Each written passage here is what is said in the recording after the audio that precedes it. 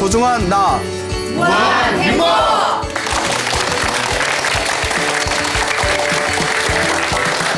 예, 만나서 반갑습니다. 광우스님이라고 합니다. 예, 반갑죠? 네. 예.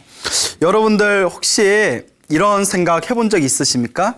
이렇게 인생을 살다 보니까 뭐 어떨 때는 굉장히 일이 잘 풀릴 때가 있고, 예, 그건 기분 좋아요, 나빠요? 좋죠. 또 어떨 때는 굉장히 인생이 잘 안 풀리고 자꾸 뭔가 장애가 생기는 것 같고, 기분 더럽죠. 예, 기분 나쁩니다. 자, 그 이렇게 살다 보면 일이 잘 풀릴 때도 있고, 일이 잘 안 풀릴 때도 있고, 그리고 이제 남을 원망하기도 해보고, 자기 자신을 탓하기도 해보고, 그때 우리 조상님들은 이런 말씀을 자주 사용하셨죠. 내가 전생에 뭔 놈의 업을 그렇게 많이 졌길래, 내가 무슨 업을 그렇게 많이 지었길래, 이런 표현 쓰지 않습니까? 네. 그렇죠. 네. 예, 오늘의 주제입니다. 인생은 자기 복대로 살아간다. 예, 동감하신 분들 계실 겁니다. 요 복이라는 걸 절대 무시할 수가 없죠. 그 옛날 인도에 부처님 당시에 어느 왕이 있었습니다.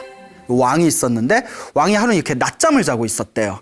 그래서 쿨쿨하고 낮잠을 자고 있었는데 잠결에 두 명의 신하가 대화를 나누는 것을 엿듣게 됩니다. 두 명의 신하가 무슨 이야기를 하는 거 하고 엿들어 보니까 그 한 신하가, 야, 우리가 이렇게 왕의 신임을 받고 잘 먹고 편안하게 잘 사는 것은 모두가 왕의 덕택이다. 모두가 왕의 은혜다. 이런 말을 하는 거예요. 그 왕이 기분 좋아요, 나빠요?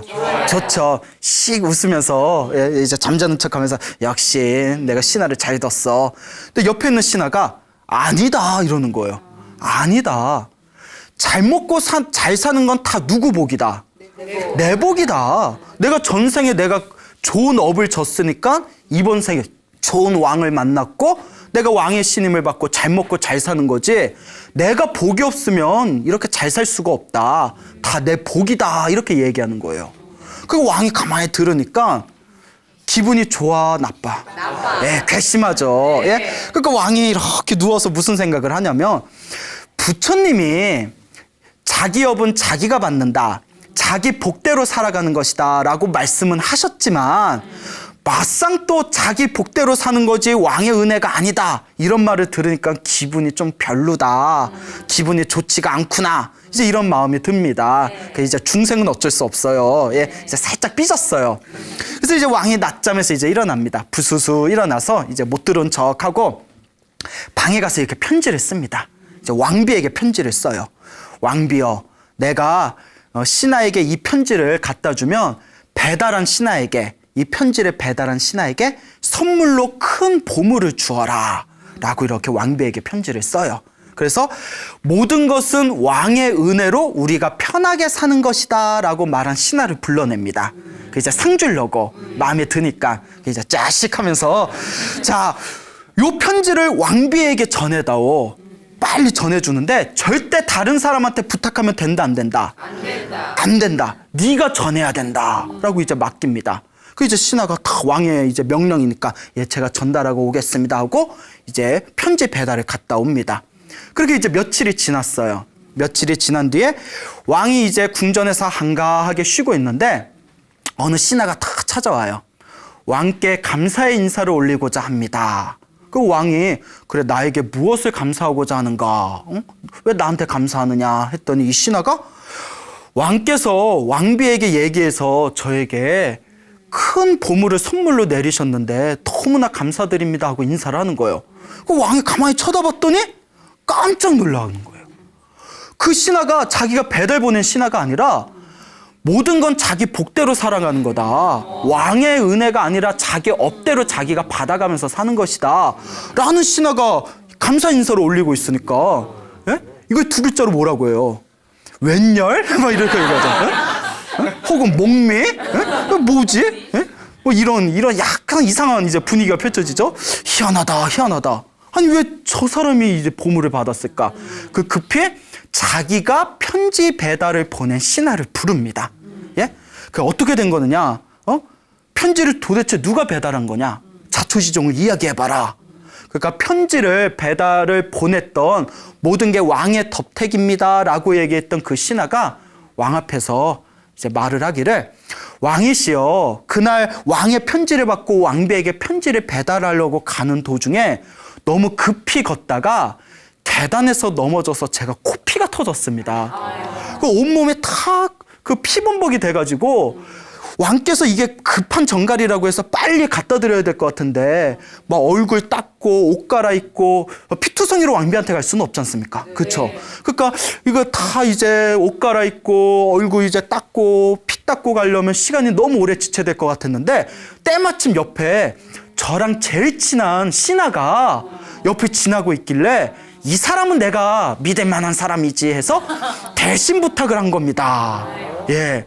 그때 왕이 무릎을 탁 치면서 부처님 말씀이 맞구나. 자기 복대로 사는구나. 내가 저 사람에게 보물을 주려고 했는데 받는 사람은 따로 있구나. 이런 이야기를 나눕니다. 뭐라고 한고 하니 왕이 세상에서 가장 강한 힘을 왕의 권력이라고 하지만 내가 가진 왕의 힘으로도 저 업을 이길 수가 없구나. 왕의 권력으로 저 사람한테 보물을 주려고 하는데도 결국 딴 사람이 받게 되는 거. 그것도 왕조차도 어쩔 수가 없다는 거예요. 인생은 자기 복대로 산다. 특히 연배가 좀 오래되신 분일수록 제 말을 격렬하게 공감합니다. 그렇죠. 여기서 얘라고 하신 분은 이제 인생에 연륜이 있으신 분이고 인생에 연륜이 있으신 분인데도 애써 지금 저 아직 젊어요 이러면서 지금 공감을 안 하신 분들 계신 것 같아요. 근데 다들 마음으로 와닿는 게 있으시죠? 네. 인생이 그렇게 묘한 어떤 보이지 않는 운명의 성 같은 게 분명히 있는 것 같아요. 여러분 혹시 특히 여기 우리 여성 불자분들도 많이 오셨는데 여러분 공주 좋아하세요? 공주? 예, 공주 좋아하세요? 예, 여러분들 공주 같은 삶 살고 싶으시죠? 네. 예, 그 부처님 당시에 왕이 있었는데 그 왕에게 아주 아름다운 그 딸이 있었답니다. 예, 자 얼굴이 예뻐요. 얼굴이 예쁜데 공주니까 뭐도 많아. 돈도 많아. 예, 그 명품백 막 그냥 막 카드 질러버리는 거예요. 예. 얼마야? 그것뿐이 안 돼? 여기 있는 거 다 싹쓸이 뭐 이렇게 돈도 많아. 근데 더 얄미운 게 있어요. 예, 예쁜고 돈도 많은데 또 착해. 이 탄성 뭡니까? 예? 또 착해. 머리도 총명해. 모든 걸 다 갖췄어요. 그러니까 모든 사람들이 다 좋아하는 거예요. 모든 사람들이 다 좋아합니다. 그러니까 왕이 공주를 이제 너무 아끼니까 하루는 항상 공주를 옆에 이제 품에 이제 안고 다니는 거예요. 너무 사랑하는 딸이니까. 하루는 공주에게 이렇게 이제 장난을 칩니다. 공주야, 공주야. 네가 이렇게 사람들에게 사랑받고 이렇게 명예와 권력과 부를 누리고 네가 이렇게 행복하게 사는 게 다 누구 덕이지? 이렇게 이제 질문을 던져요. 장난을 칩니다. 누구 덕입니다 라고 이야기해야 돼요. 그렇죠. 기본적으로 사회생활을 안 한 사람도 이 정도 눈치는 있거든요. 예? 자, 다 아버님 덕이죠. 왕이 아니시면 제가 어떻게 이런 행복을 누리겠습니까? 근데 딸이 무엇이라고 얘기하냐면 공주가 하는 얘기가 모든 게 다 제 복입니다. 전생에 제가 선업을 많이 지어서 이번 생에 제가 받는 겁니다. 다 제 복대로 살아가는 것입니다. 라고 이야기를 하더래요. 그러니까 왕도 불자예요. 맞는 말이긴 하지만 기분이 좋아요, 나빠요? 나빠요. 예? 전문 용어로 삐졌어요. 예? 삐졌어요. 너무 괘씸한 거예요. 이게 다 네 복으로 이런 행복을 누리는 거냐? 예, 제 복으로 누리는 겁니다. 예? 그래? 그리고 옆에 있는 시종에게 이와 같이 이야기합니다. 당장 우리나라에서 가장 가난한 거지들 중에 젊은 놈을 데려와라. 그래서 젊은 거지를 데려와요. 네 복으로 사는 거면 이 젊은 거지하고 결혼해서 얼만큼 잘 사는지 보자 하고 거지하고 결혼시켜서 내쫓습니다. 야, 남자가 삐지면 무섭습니다. 예? 남자도 남자의 질투도 무서워요. 동감하시죠? 예. 여자가 더 동감하시는 것 같아요. 내 남자친구가 많이 삐져봤나 봐요. 예? 남자도 삐지면 무서워요. 그러니까 가장 사랑하는 딸을 젊은 거지하고 결혼해서 내쫓아 버린 겁니다. 그러니까 막 옆에 왕비가 울고 있어요. 울고 있는데 이제 왕이 너무나 화가 나 있으니까 뭐라 말리지도 못해요. 그 공주의 이름이 성광입니다. 공주의 이름이 성광인데 이 성광 공주가 그 어머니를 다 안아드리면서 어머니 다 자기 복대로 살아가는 거라고 부처님께서 말씀하시지 않았습니까? 제가 정말 복이 많으면 거지하고 결혼해서 나가서 살아도 제 복대로 행복하게 살겠죠. 이런 믿음이 있어요. 그러니까 어머니는 다 이렇게 위로를 해드린 뒤에 젊은 거지와 왕군을 나옵니다.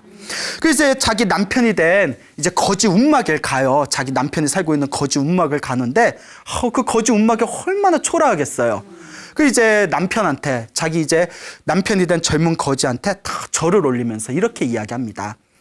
부처님께서 부부의 인연은 깊고 깊은 인연이라고 했습니다. 이번 생에 제가 당신과 결혼한 것도 전생의 깊은 인연일 것입니다. 많은 사람들은 지금 저를 비웃을 것입니다. 저 공주가 교만해서 입을 잘못 놀린 탓에 왕에게 쫓겨났구나. 그 젊은 거지하고 결혼해서 앞으로 괴롭게 살아가겠구나라고 저를 비웃을 테지만 저는 그와 같이 생각하지 않습니다. 부처님께서 분명히 자기 업은 자기가 받는 것이고 행복과 불행도 자기 안에 있다라고 했습니다. 그러니 이제부터라도 우리가 인과 응보를 열심히 믿고 열심히 복과 선업을 쌓아서 행복하게 살아봅시다. 이렇게 이야기를 하더래요. 공주가 대차요. 예, 자, 이렇게 이야기를 하면서 이제 남편한테 근데 당신 부모님은 어디 계십니까? 라고 질문을 합니다. 이 남편이 하는 얘기가 실은 우리 집이 이 나라에서 가장 손꼽히는 큰 부자였는데 내가 어렸을 때 부모님이 갑자기 급사를 당하셨고 그 집에 큰 화재가 나서 내가 이와 같이 천의 고아가 돼서 거지로 살아오고 있어. 부모님은 돌아가신 지 오래요. 예, 그럼 이제 시월드는 안 겪겠네요, 공주가. 거지하고 결혼해서 쫓겨난 것도 서러운데 시어머니 이제 잔소리 안 들어도 되겠네요라고 얘기하면 안 되겠죠? 예, 그러냐고. 그러면 당신이 살던 옛집을 한번 가보자고. 옛집에 한번 가봅시다. 그러니까 이제 그 거지 남편이 아니 집이 다 불타서 황폐하게 이제 변한 지 오랜데 가봤자 별거 없습니다. 아닙니다. 제가 짐작되는 바가 있으니 한번 가봅시다. 이제 거지 남편이 자기 옛집을 데려가요. 그 이제 다 불타고 다 황폐화되고 막 잡초가 이제 가득하겠죠. 그 성광공주가 그 안에 들어가가지고 여기저기 막 뒤져봅니다. 그 거지 남편은 뭐 하고 있나 하고 이렇게 쳐다보고 있는데 자 이렇게 다 뒤져봐요. 뒤져보더니 여러분 그런 얘기 들어본 적 있습니까? 정말 복이 많고 운이 많은 사람은 길을 가다가 돌부리에 넘어지게입니다. 돌부리에 넘어져서 머리가 깨졌어요. 그래서 너무 화가 나요. 너 같은 돌부리가 감히 나를 해치려고 해? 너무 화가 나서 삽을 가져와서 그 돌부리에게 복수하려고 땅을 팝니다. 땅을 팠는데 거기서 뭐가 나왔을까요? 예. 온천이 터졌답니다. 예? 그러니까 아니 저도 어디서 들은 얘기예요. 정말 복이 많은 사람은 재수 없는 사람은 넘어져서 코가 깨진다는 얘기도 있잖아요. 뒤로 넘어져서 코가 깨진다. 정말 복이 많은 사람은 복수하려고 땅 파다가 온천이 터지는 거예요. 성광공주도 복이 많았나 봐요. 예? 뭐가 있나 이렇게 찾다가 뭐 이상한 괴짝이 보여서 괴짝을 다 열어봤더니 여태껏 그 누구도 찾지 못했던 금괴 괴짝을 금은 보물이 있는 금괴로 된 괴짝을 찾아낸 거예요. 그래서 남편을 불러서 이렇게 이야기합니다. 제가 짐작되는 바가 있다고 하지 않았습니까? 분명 모든 부모는 자식을 사랑하기 마련입니다. 분명히 당신의 부모님께서도 당신의 미래를 위해서 재산을 어디다가 분명히 숨겨놨을 겁니다. 근데 갑자기 급살로 돌아가셔서 유언을 남기지 못하셨을 겁니다. 그래서 제가 혹시나 하고 찾아봤던 겁니다. 복 있는 사람은 틀려. 여러분 한번 찾아보세요. 나오나? 복이 많으면 나오시겠지. 예? 그러니까 이제 그 괴짝을 가져와가지고 그 괴짝에 있는 금은 보물을 팔아서 큰 집을 짓고 하인들을 이제 모아서 이제 궁전에서 지내던 거와 같이 그런 행복한 나날을 보내게 됩니다. 그래서 왕이 이제 자기의 딸을 내쫓은 그 왕이 너무나 가슴에 죄책감이 느껴지는 거예요. 내가 미쳤지. 내가 세상에 눈에 넣어도 안 아프는 내 딸을 순간의 화를 못 이겨서 내 딸을 거지에게 결혼시켜서 내쫓았다니 내가 미쳤구나. 그 이제 시종을 불러서 내 딸이 지금 고생하고 있지는 않은지 내 딸이 지금 힘들게 살고 있지는 않은지 어서 찾아봐라. 죽기라도 하면 어떡하냐. 어서 찾아봐라 이러더래요. 그 부모 마음은 다 같아요. 예? 그러니까 그거 좀 참지. 뭐 또 굳이 또 내쫓아. 그렇죠. 예? 무슨 막장 드라마야. 예? 자, 그래서 이제 시종이 이제 가가지고 이제 성광공주가 어딨나 이렇게 찾아봤더니 너무너무 행복하게 살고 있는 거예요. 큰 부자가 돼서. 그 시종이 놀라가지고 왕에게 와서 왕이시여 놀라지 마십시오. 이 궁전에서 이 궁궐에서 살던 것보다 더 부유하게 살고 있습니다. 예? 그 왕이 깜짝 놀라가지고 이제 자기의 딸 공주와 이제 사위죠, 거지 남편, 이제 자기의 사위를 불러서 이제 자초지종을 묻습니다. 딸아 미안하다. 내가 미쳤구나. 너를 보내고 나서 내가 한시도 잠을 제대로 자지를 못했다. 이게 어떻게 된 일이냐 자초지종을 물어보니까 딸이 이제 한결같이 이제 처음부터 이제 끝에 있었던 일까지 다 이야기를 하는 거예요. 그때 이제 왕이 감탄하면서 자기 업은 자기가 받는구나. 자기 복대로 살아간다라는 부처님의 살법이 조금도 틀리지 않는구나라고 이제 가슴으로 느끼면서 그 다음날 부처님을 찾아갑니다. 부처님이 계신 사원에 찾아가서 이 왕이 부처님께 이제 삼배를 올려요. 삼배를 올리고 부처님께 이제 문안 인사를 올린 뒤에 거룩하신 세존이시여 사실 제 딸에게 이런 일이 있었습니다라고 이제 하나하나 이제 설명을 합니다. 자, 그리고 이제 중요한 내용이에요. 도대체 제 딸이 전생에 어떤 인연이 있어서 이번 생에 이 공주로 태어나서 행복하게 살다가 거지와 결혼해서 쫓겨난 뒤에도 그 행복을 끝까지 누릴 수 있었던 것입니까? 도대체 어떤 인연이 있었던 것입니까? 라고 질문을 던집니다. 예. 자, 공주로 살 수 있는 방법이에요. 예. 예. 자, 부처님께서 이와 같이 말씀을 하십니다. 머나먼 전생에 석가모니 부처님 이전에, 그러니까 석가모니 부처님으로부터 7번째 전에 부처님 중에 비바시 부처님이란 분이 계셨어요. 석가모니 부처님으로부터 7번째 전에 비바시라는 부처님 시대 때 이 성광공주가 반두라는 이름을 가진 왕비였다고 합니다. 반두라는 이름을 가진 왕비. 그때도 왕비였어요. 반두라는 이름을 가진 왕비였는데 마음이 너무 착하고 불심이 깊어서 항상 가난하고 힘들고 외로운 사람들에게 보시를 하고 항상 베풀고 수행을 열심히 하는 수행자들에게 항상 공양을 올리고, 자, 우리 불교에서는 가난하고 힘들고 외로운 사람들한테 베풀거나 또 수행을 열심히 하는 수행자들에게 공양을 올렸을 때 강력한 복을 받는다고 합니다. 예, 인과응보의 법칙이죠. 그러니까 사회에서 봉사활동 많이 하시고 또 절에서 스님들께 공양 올리고 봉사 많이 하시는 분들은 이번 생에 당장 효과가 없는 것 같아도 다음 생에 다 받아간답니다. 인과응보, 자기 업은 자기가 받는 거예요. 그래서 이 반두라는 왕비가 항상 가난한 사람들한테 베풀고 수행자들한테 항상 공양 올리고, 그리고 이 비바시라는 부처님께서 이제 열반 입적을 하십니다. 이제 돌아가시면서 화장을 했는데 무수한 사리가 나왔대요. 오색사리가 나왔대요.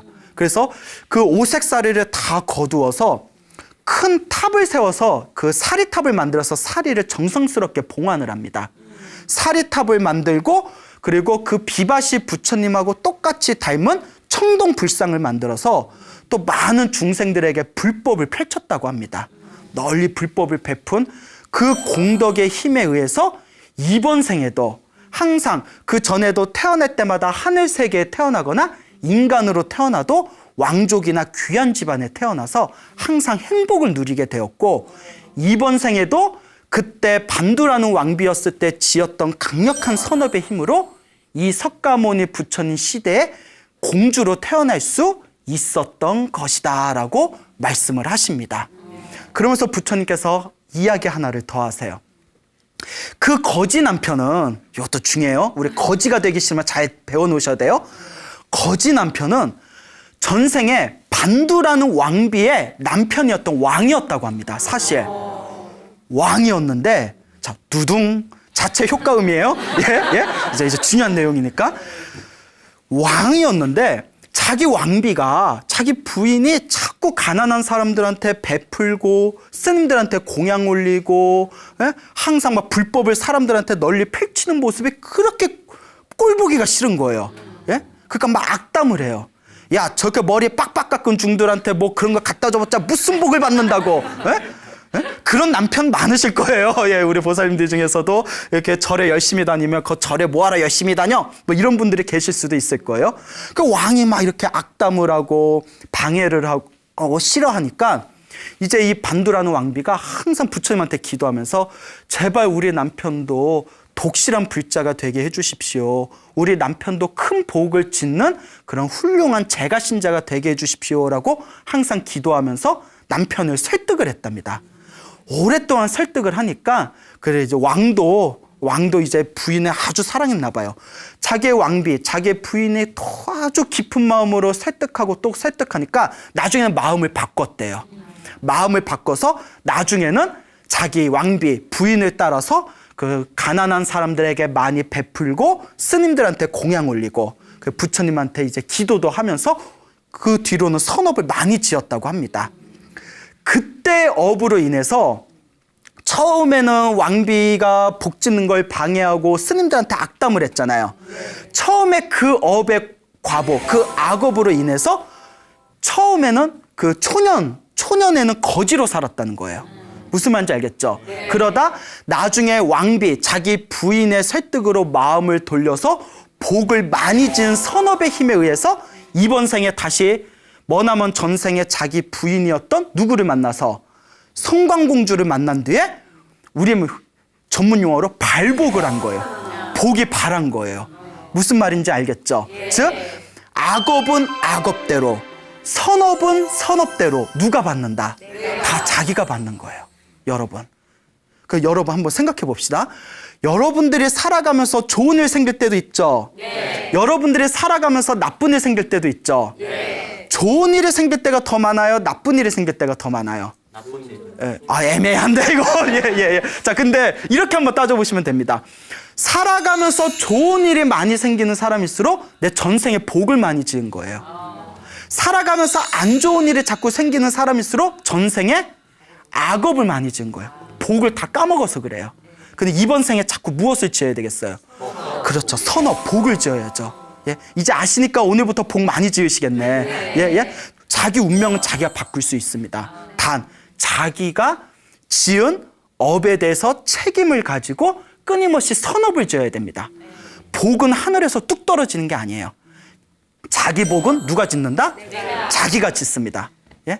자, 그러면 우리가 살아가면서 내가 지었던 이 업이라는 것을 우리가 어떻게 내가 새롭게 끊임없이 선업을 지어나가고 혹시 안 좋은 악업이 있으며 불행한 일을 만들고 불행한 일을 야기시키는 악업이 있다면 그걸 또 우리가 어떻게 소멸해야 되겠는가?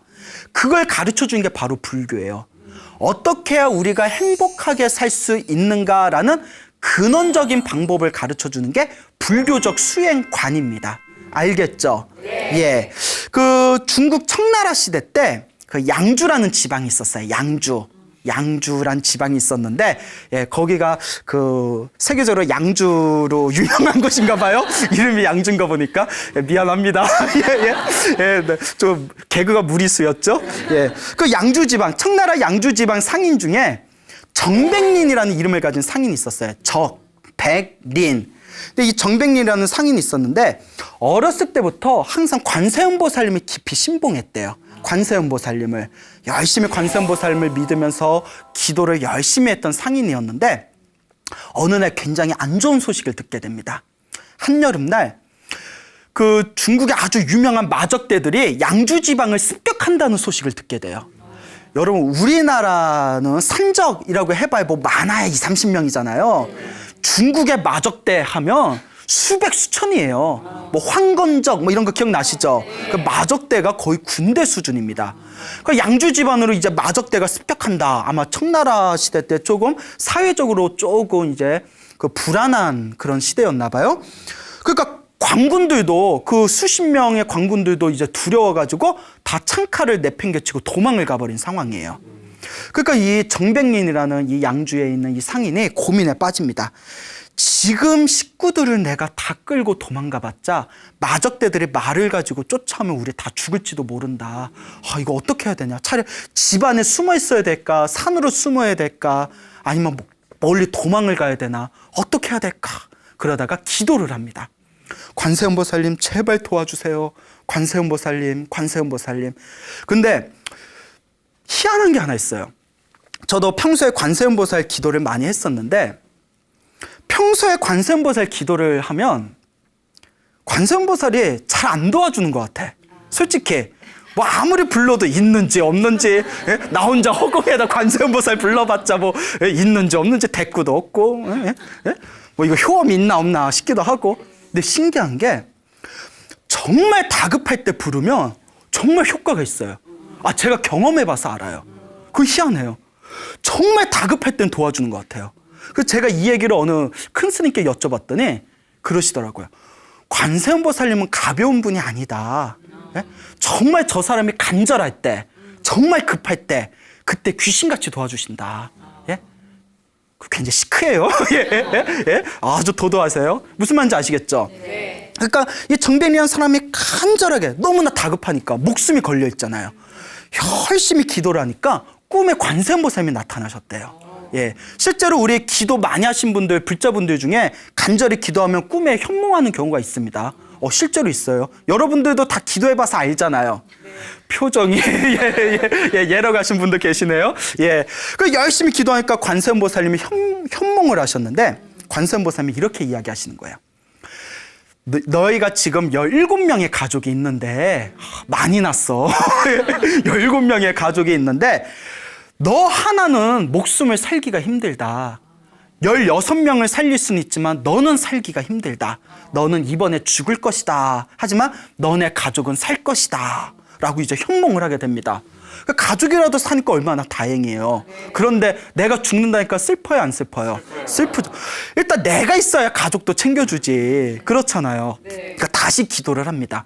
관세음보살님 제발 저도 살려주세요. 관세음보살님은 무한한 능력과 힘이 있지 않습니까? 제발 자비로운 마음으로 저도 살려주십시오라고 간절히 기도를 합니다. 그리고 며칠 후에 또 꿈을 꿨어요. 관세음보살님이 나타나시더니 이렇게 이야기하십니다. 전백리나 내 얘기를 한번 들어보거라. 너는 과거 전생에 누군가를 칼로 26번을 내리쳐서 죽였던 업이 있다. 살생의 업이 있다. 너는 이번 생에 그 업을 받아야 된다. 예? 그렇기 때문에 이번에 마적대 중에서 왕마자라는 사람이 왕마자, 성은 왕씨고 마자는 한자 마자는 우리말로 이제 이렇게 곰보라는 뜻이에요. 곰보. 그러니까 왕마자, 왕씨성을 가진 곰보라는 뜻이에요. 왕마자라는 사람이 전생에 업을 갚기 위해서 칼을 가지고 너네 집에 찾아올 것이다. 너는 그때 살 수 없을 것이다. 왜? 자기 업은 누가 받아야 되니까? 자기가 받아야 되니까. 너 하나 살고자 가족들까지 연루가 되면 가족들도 피해를 보게 될 테니 가족들은 방황 사랑채에다 숨겨두고 너 하나만 죽으면 다른 가족들 목숨은 살리게 될 것이다. 라고 꿈을 꾸게 됩니다. 이야. 그러니까 이 전백리한 사람이 내가 전생 그렇게 무서운 업을 지었는가. 이번 생에 꼼짝없이 그 업을 내가 받아야 된다고 하시니 그래 부처님께서도 자기 업은 자기가 받아야 된다고 했으니 이번 생에 나 하나를 희생하자. 그리고 이제 부처님한테 계속 관세음보살님한테 기도하면서 이제 자기가 죽는 날을 기다려요. 이제 마음을 다 비웠어요. 그게 닷새가 지납니다. 닷새가 지냈을 때 마적대들이 그 양주성을 침공을 합니다. 그러니까 이제 계획대로 전백리는 이제 자기 사랑채에다가 가족들을 다 숨겨두고 자기 혼자 대청마루에 딱 기다리고 있어요. 이제 얼마 안 있으면 오겠구나. 이거 초조한 걸? 뭐 그러겠죠. 나 떨고 있니? 뭐 이랬겠죠. 어떡하지? 빨리 와서 이왕 맞는 애면 빨리 와서 죽여줬으면 좋겠는데 이제 마음을 다 비웠으니까. 네? 그때 이제 웬 큰 거구의 웬 도적이 그 칼을 들고 칼을 막 휘두르면서 여기 아무도 없느냐 하고 자기 집안으로 뛰어쳐 들어온 거예요. 또 얼굴을 보니까 막 곰보예요. 저 사람이 왕마자인가 보다. 왕곰보인가 보다. 아이고 왕마자 어르신 왜 이제 오셨습니까? 한참을 기다렸습니다 하고 전백리는 다 안내를 하는 거예요. 그 왕마자가 깜짝 놀라서 칼을 휘두르다가 그대와 나는 초면인데 어찌 나의 별명을 아시오? 어찌 나의 이름을 아시오? 그러니까 이 전백린이 일단 오셔서 목마르실 텐데 차 한 잔 드시고 좀 쉬셨다가 이왕 죽일 거 컨디션 좋을 때 저도 한 방에 가니까 그렇잖아요. 막 두 번 세 번 내리치면 얼마나 아파요. 한 방에 가야 되니까 일단 뭐 차부터 드시고 좀 쉬시죠. 그 이제 차를 한 잔 탁 들이면서 관세음보살 꿈 이야기를 합니다. 그 왕마자가 예끼 이놈아 어디 사람을 그렇게 현혹시키고 속이려 드느냐 그게 말이 되냐 관세음보살이 꿈에 나타나서 내 이름을 가르쳐 주다니 아닙니다. 제 말이 거짓이라며 어떻게 제가 당신의 이름을 알고 기다리고 있었겠습니까? 관세음보살님께서 제가 당신의 전생에 26번 칼로 내리쳐서 죽인 업이 있으니 이번 생에 그 업을 받으라 하셨습니다. 그러니 한 가지 바람이 있다면 저 그냥 고통 없이 저를 죽여주십시오 라는 거예요. 그 왕마자가 탁 이렇게 차를 한 잔 마시면서 탁 고민하더니 그래 네가 지은 업은 네가 받아야지 하면서 칼로 내리칩니다. 26번을 퍽 하고 내리쳐요. 자 그런데 두둥 마무리는 항상 어때야 된다? 훈훈해. 어쩜 그렇게 잘하세요? 마무리는 훈훈해야 되죠.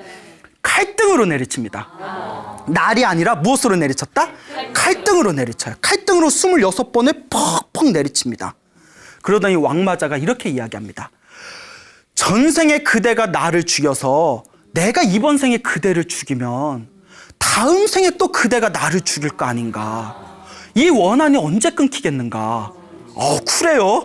그렇죠. 호인이야. 마적대지만 여기서 우리 인연은 끝내고 다음 생에는 좋은 인연으로 만납시다 하고 남겨놓고 호련히 사라졌다고 합니다. 이게 바로 관세음보살 영업록에 나와 있는 내용입니다. 자기 운명을 바꿨어요, 못 바꿨어요? 바꿨죠. 자, 불교는 자기 업은 반드시 자기가 받을 수밖에 없다고 가르칩니다. 근데 여기에 엄청난 논리가 숨겨져 있어요. 내가 지은 업을 내가 받아야 되기 때문에 내 운명을 그냥 그대로 내버려 두고 그냥 닥치는 대로 다 받겠다. 그리고 노력도 하지 않겠다. 의지도 일으키지 않겠다. 이거는 부처님이 반대하신 겁니다. 왜냐? 내가 지금 받는 업은 언제 지은 거죠? 전생. 과거에 지은 업이죠.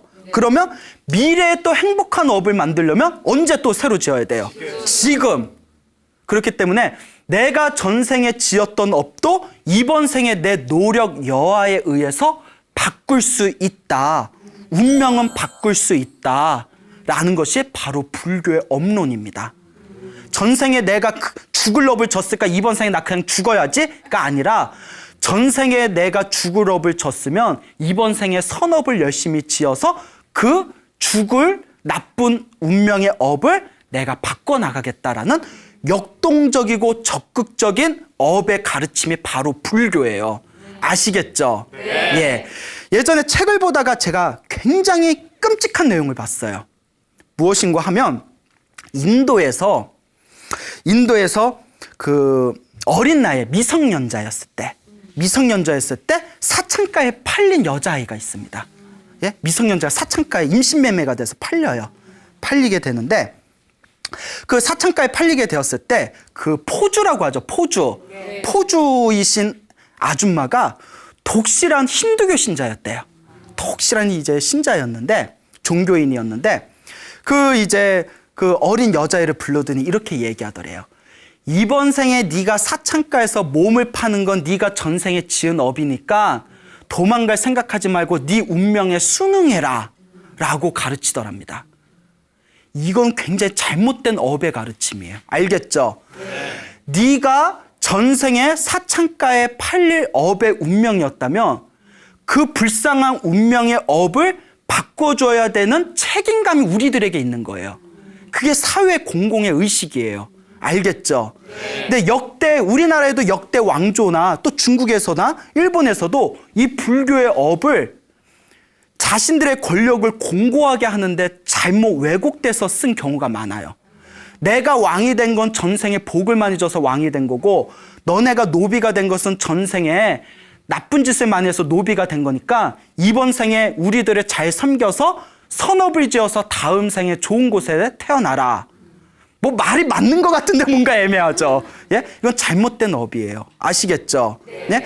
이번 생에 왕이 되었던, 이번 생에 노비가 되었던, 과거에 지었던 업을 어느 생에 바꿔나간다. 그렇죠. 지금 이 순간 더 좋은 쪽으로 업을 바꿔나가는 게 바로 불교의 인과응보입니다. 그니 내게 주어진 운명에 휩쓸려서 아이고 어차피 내가 전생에 지은 업대로 살겠지라면서 자포자기해서는 아니 된다라는 것을 명심하시길 바랍니다. 알겠습니까? 네. 그와 같아요. 인생은 자기 복대로 살아간다고 했습니다. 그래서 우리 불교에서는 복이 많은 사람일수록 자기가 원하는 것을 쉽게 빨리 성취한답니다. 복이 많은 사람일수록. 근데 자기가 원하는 일이 자꾸 느리게 힘들게 성취될수록 복이 없는 거예요. 아주 복이 없는 사람은 아예 그게 성취조차 안 돼요. 자, 자꾸 안 좋은 일들이 생기다 보면 사람의 뇌가, 우리 뇌가 굉장히 정교하거든요. 나는 안 돼, 안 돼. 해도 어차피 나는 안 돼라고 스스로 타성에 젖어버린답니다. 뇌가 실제로. 그거 자꾸 부정적인 생각을 일으키게 된대요. 그렇지만 정말 내가 내 운명을 바꿀 수 있다라는 믿음이 있는 사람이라면 내가 지금 안 되는 것은 아직 내가 복의 힘이 부족하기 때문이다. 그렇기 때문에 이번 생에 지금 현재 이 순간 내가 열심히 선업을 짓고 복을 지으면 앞으로 내 미래는 점점 행복해질 것이다 라는 확고한 마음을 스스로 각인하셔야 됩니다. 운명을 개척하는 게 바로 불교예요. 아시겠죠, 여러분? 예, 여러분의 운명을 바꿔보시길 바랍니다. 운명을 바꾸기 위해서 불교에서는 여러 가지 방법과 수행법을 가르쳤는데요. 간단히 요약해서 말씀드리자면 우리가 시간이 바쁘니까 첫째, 기도를 많이 해라. 기도를 많이 해라. 여기서 기도를 많이 하라는 의미가 내가 지금 이번 생에 일이 잘 안 풀리는 거는 전생에 악업을 많이 지어서 그래요. 악업, 좋지 못한 업, 그러니까 볶아먹는 짓을 많이 해서 그래요. 볶아먹는 짓 중에 대표적인 게 우리 사람들이 쉽게 저지르는 건데 뒤에서 누구 욕하는 거. 예, 어떻게 뒤에서 누구 욕하는 게 그렇게 입으로 짓는 악업이라고 해요. 뭔 얘기인지 알겠죠? 건전한 비판은 괜찮아요. 비판과 비난의 차이 아시죠? 비판은 더 나은 곳으로 나아가기 위한 서로의 어떤 의견의 교류고, 비난은 그냥 마음에 안 들어. 난 네가 재수없어. 그래서 욕을 하는 게 비난이에요. 예, 그래서 전생에 지은 이렇게 입으로 지었거나 몸으로 지었거나 내가 언행으로 지었던 안 좋은 업이 이번 생에 그대로 전달돼서 내 업은 누가 받는다고요? 내가 받습니다. 그래서 일이 잘 안 풀린다는 거예요. 내가 지은 악업의 힘에 의해서 일이 잘 안 풀리는 것을 우리가 업장이라고 합니다. 악업의 장애물, 줄여서 업장이라고 해요. 그래서 기도를 많이 하라는 것은 이 업장을 소멸하는 기도를 하라는 거예요. 업장을 소멸하는 기도를 우리가 불교에서 전문 용어로 참회 기도라고 하죠. 참회, 잘못했습니다라는 참회. 아시겠죠? 예. 그래서 참이라는 것은 내가 잘못했다, 부끄러워하는 마음을 일으키는 거고요. 회라는 것은 다시는 짓지 않겠다라는 마음이다. 뭐 이런 식의 여러 가지 이제 설명 방법이 있습니다. 그래서 기도할 때 가장 좋은 기도 중에 하나가 이제 108참회 같은 게 되겠죠. 자, 이렇게 집에서 하셔도 돼요. 마음으로 부처님을 생각하면서 제가 과거 전생에서부터 중요합니다. 알고 지었건 모르고 지었건 내가 지은 모든 악업을 참회하겠습니다. 잘못했습니다 하면서 한 배 한 배 절할 때 내 무의식에 저장되어진 악업의 에너지가 조금씩 사라지는 거예요. 무슨 말인지 알겠죠? 그러니까 어떤 분이 이런 말씀하세요. 스님, 저는 아무리 생각해도 잘못한 게 없는데 왜 자꾸 절하면서 잘못했습니다 그런지 난 이해가 안 된다고. 그래서 제가 그분에게 이렇게 말씀드렸어요. 나는 살아오면서 한 번도 잘못한 게 없는데라는 그 마음이 잘못한 거다. 예? 여러분, 살아오면서 우리가 말 한마디라도 누구에게 상처를 준 적이 없을까요? 있죠. 예? 한 번이라도 내가 아무리 양심껏 살려고 하더라도 알게 모르게 지은 자기만의 잘못이 있습니다. 그래서 불교에서 뭐라고 해요? 알고 지었건 모르고 지었건 내가 지은 모든 업을 참회합니다. 잘못했습니다. 그리고 불교에서는 한 걸음 나아가 이렇게 가르칩니다. 깨달음을 얻은 성자도 참회 기도를 한대요. 깨달음을 얻은 분도. 아니, 깨달음을 얻은 분이 무슨 잘못이 있어서 참회 기도를 할까요? 중생들의 잘못을 참회한대요. 중생들이 지은 죄업을 제가 대신 참회합니다. 우리 중생들이 행복하게 해주십시오. 야, 이게 바로 불교입니다. 내가 지은 업뿐만이 아니라 다른 중생이 지은 업까지도 참회하는 거, 다른 중생들의 잘못까지도 소멸시켜주는 거. 그러니까 여러분 하루에 108배씩 한번 해보시고 건강에도 좋아요. 예, 피부도 잘 받는데요. 108배 열심히 하면. 자, 그리고 108배가 이제 점점 몸에 힘이 붙으면 뭐 1000배를 할 수도 있고 뭐 3000배도 할 수가 있고. 예, 스님 저는 무릎이 아파서 절하면 무릎의 통증 때문에 절하기가 힘듭니다 라는 분들도 계시잖아요. 그런 분은 그러면 연부를 많이 하시면 됩니다. 아까도 관세음보살님 이야기 드렸죠. 항상 눈 뜨고 저녁에 잠들 때까지 항상 이렇게 관세음보살님을 부르면 당장 효과가 없는 것 같아도 항상 은은하게 도와주신대요. 예, 그래서 기도를 많이 해서 밀교 경전이나 중국의 큰 스님 법문 혹은 티베트 큰 스님 법문에 나오는 내용들인데 한결같은 그 법문의 내용 중에 하나가 기도를 많이 해서 꿈에 부처님을 보거나 보살님들을 보거나 불보살님을 보거나 경전을 보거나 몸에서 더러운 게 빠져나온다거나 뭐 대소변을 시원하게 싼다거나 몸에서 뭐 고름 같은 게 빠져나간다거나 뭐 벌레 같은 게 빠져나간다거나 이러면 내가 지은 나쁜 업의 에너지가 소멸되고 있는 증거래요. 예, 예, 대단하죠. 제 아시는 스님이 위장병이 너무 심해서 병원에 가도 낫질 않더래요. 그래서 이 스님께서 내가 전생에 지은 업이 많아서 이렇게 위장이 아픈가 보다 하고는 그 기도를 열심히 했대요. 기도를 열심히 하다가 제발 제 몸이 건강하게 해주십시오. 몸이 건강해야 수행도 할 수 있지 않습니까? 제가 지은 업을 참여합니다. 몸이 건강하게 해주십시오. 기도를 열심히 했는데 그렇게 열심히 기도하다가 꿈에서 토를 하는 꿈을 꿨대요. 그냥 막 꾸역꾸역 토를 하는데 쏟아도 계속 나오더래요. 쏟아나는데 그 토 나오는 게 온갖 더러운 게 내 속에 이런 게 있었나 하고 온갖 더러운 게 계속 쏟아지더래요. 토를 다 하고 나서 뱃속이 시원함을 느끼면서 잠에서 깼는데 대박! 병이 나았대요. 위장병이 완전히 나았대요. 예. 그 저도 막 20대 때 자꾸 막 여드름이 나서 여드름 좀 없애주세요 했는데 아, 그런 건 안 도와주시네. 야, 여하튼, 예? 막 웃어요? 예. 자, 그래요. 여하튼, 무슨 말인지 알겠죠? 네. 기도를 많이 하셔라. 두 번째, 복을 많이 지어라. 복을 많이 지어라. 남을 위해서 봉사하고, 가난하고 힘들고 괴로운 사람들한테 베풀고, 절에 가서, 뭐 절에서 봉사하고, 이런 복 짓는 거 하나하나가 여러분들의 선업을 차곡차곡 키우는 길입니다. 아시겠죠? 네. 세 번째, 제일 중요한 게 있습니다. 많은 분들이 여기서 이제 자지러지는데요. 기도도 많이 하고 복도 많이 졌는데 딱 일상생활로 돌아가면 복 까먹는 짓을 자꾸 해요. 자꾸 누구 욕하고 누구 시기하고. 어느 심리학자가 이런 말을 하더라고요. 일이 잘 안 풀리는 사람들의 심리적 특징 중에 하나가 질투심이 강하대요. 질투심이 강하대요. 부러운 거는 상관이 없는데 부러운 거는 좋겠다라는 마음이고 질투심은 너 얼마나 잘 되나 보자 라는 마음이에요. 부러움과 질투심의 차이 알겠죠? 네. 부러운 건 괜찮아요. 부러움은 오히려 나도 저렇게 살아야지라는 욕구를 일으킬 수 있어요. 질투는 내 자신에게도 좋지 못합니다. 그래서 불교에서 악업을 일으키는 강한 감정 중에 하나가 질투심이랍니다. 네. 그 질투심을 놓아버리세요. 질투심이 일어날 때 이렇게 생각하세요. 쟤는 전생에 복을 많이 지어서 저렇게 사는구나. 그러니 나도 이번 생에 무엇을 많이 지어야겠다. 복을 많이 지어야 되겠다. 여러분, 운명은 바꿀 수 있습니다. 단 시간이 오래 걸릴 수도 있어요. 그러니 오랜 호흡을 가지고 꾸준히 닦으셔야 됩니다. 기도를 많이 하시고 복을 많이 쌓으시고 복 까먹는 짓을 하지 마세요. 기도 많이 하시고 복 지으면서 꾸준하게 여러분들이 선업을 지으시면 우리 옛날부터 큰 스님들 말씀에 3년 정도 지나면 복이 많은 사람은 빨리 얻어요. 아무리 복 없는 사람도 3년이 지나면 운명의 기운이 점점 바뀐답니다. 제 아는 젊은 불자가 있는데 그 불자분이 그 젊은 이제 처자예요. 열심히 이제 절에 다니고 복을 열심히 줬어요. 그러다가 어느 날 저한테 이런 얘기를 하더라고요.